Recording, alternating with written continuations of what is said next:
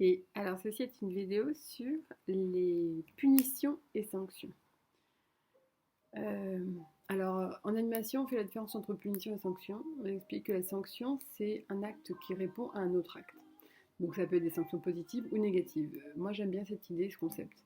Dans l'éducation nationale, en fait, il y a une différence. Il y a punition, c'est ce que le prof peut donner. Les sanctions, c'est ce que le chef d'établissement ou l'établissement peut donner.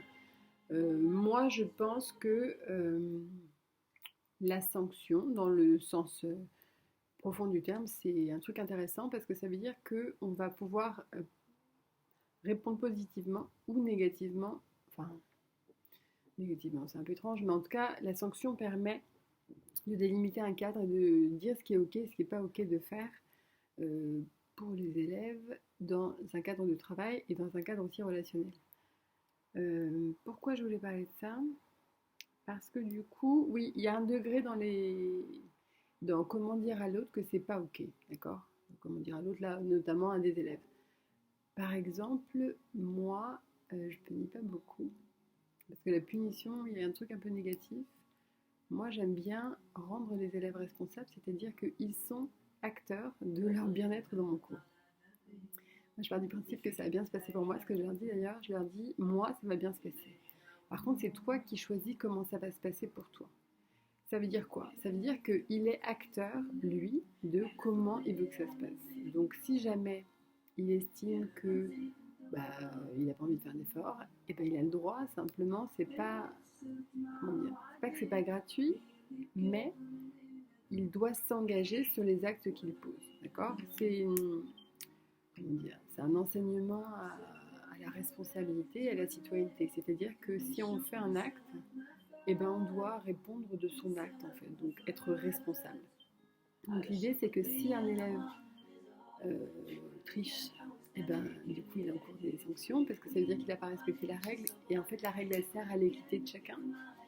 Que si jamais par ailleurs il aide un camarade, c'est aussi une sanction positive. C'est-à-dire que dans mon cours, quand quelqu'un vient en aide à un autre élève, il a des points de bonus. Parce que si quelqu'un donne une phrase et que quelqu'un d'autre le corrige, il a un bonus sur sa correction. Parce que ça veut dire qu'il est à l'écoute, premièrement, qu'il donne de l'énergie pour aider, et même si sa réponse elle n'est pas bonne, ben, en tout cas, il a fait le mouvement. Donc ça, en fait, c'est une méthode pour favoriser l'entraide et pour donner du goût, en fait, à des actions qui sont positives, en fait, au niveau sociétal et citoyen.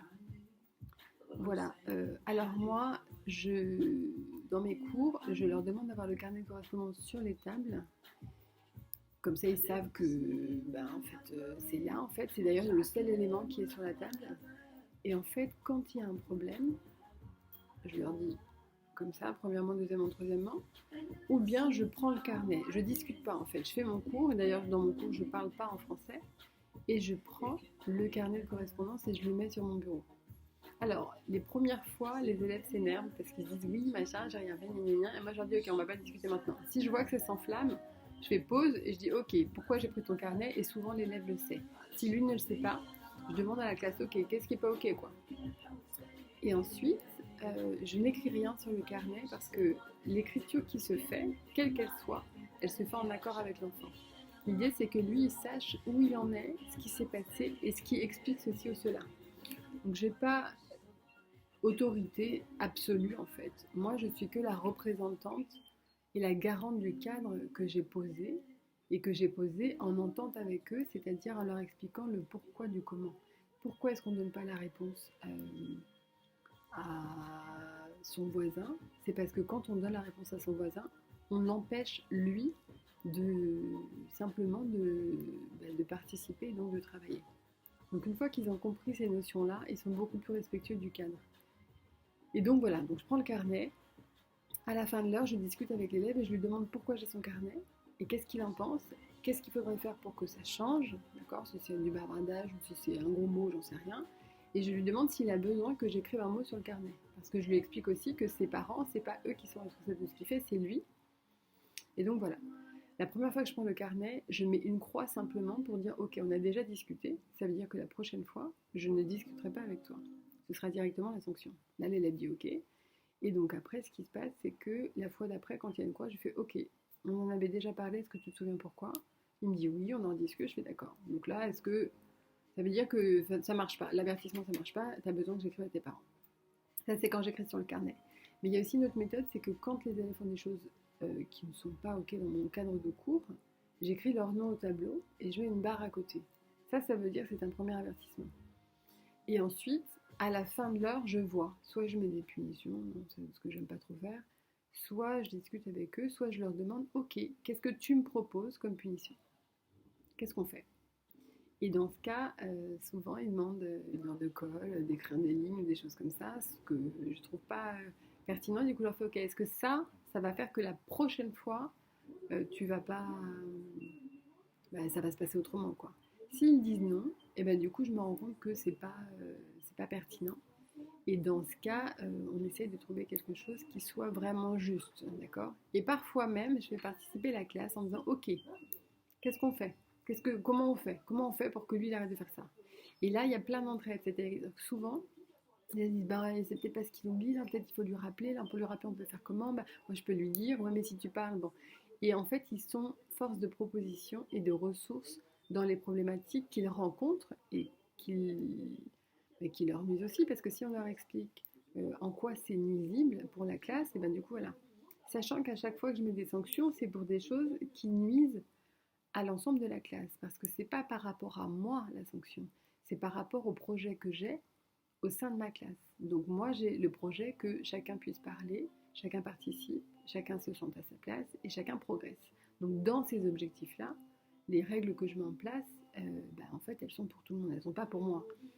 D'ailleurs je leur dis, c'est pas parce que tu as un manteau bleu ou rouge ou j'en sais rien, c'est parce que c'est pas ok en fait. Quand tu fais ça, ça veut dire que l'autre ça veut dire que pour la classe on perd du temps, ça veut dire que voilà, donc ça veut dire que c'est vraiment un engagement citoyen au sein de la classe pour qu'ils aient une posture qui leur permette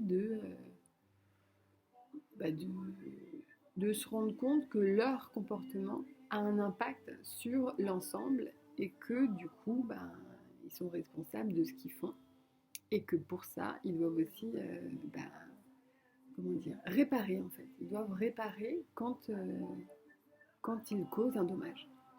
Voilà, punition, sanction et limitation du cadre. C'est un peu vague ce que je dis parce que c'est vraiment l'idée de fond. Et après, il y a plein de petites méthodes parce qu'à un moment aussi, je leur donnais des jetons pour la participation.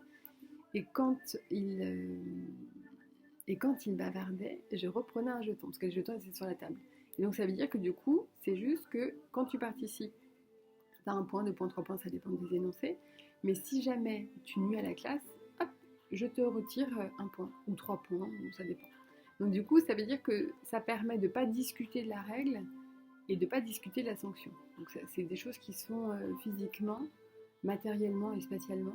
Et ça réduit les pourparlers de oui, mais madame, c'est pas moi, mais c'est pas lui. Parce qu'en plus, par exemple, si un élève n'a pas le droit de parler ou pas le droit de parler en français, et qui parle en français, que je prends un jeton, et qui continue, je prends un jeton, deux jetons, trois jetons. C'est-à-dire que du coup, il n'y a pas de discussion. C'est à chaque fois, c'est un peu comme si jamais on était sur un jeu vidéo, et ben en fait, quand on touche le mur, on touche le mur, on abîme la voiture. La voiture ne discute pas, et le mur non plus. Donc c'est vraiment sur le même principe que les jeux vidéo.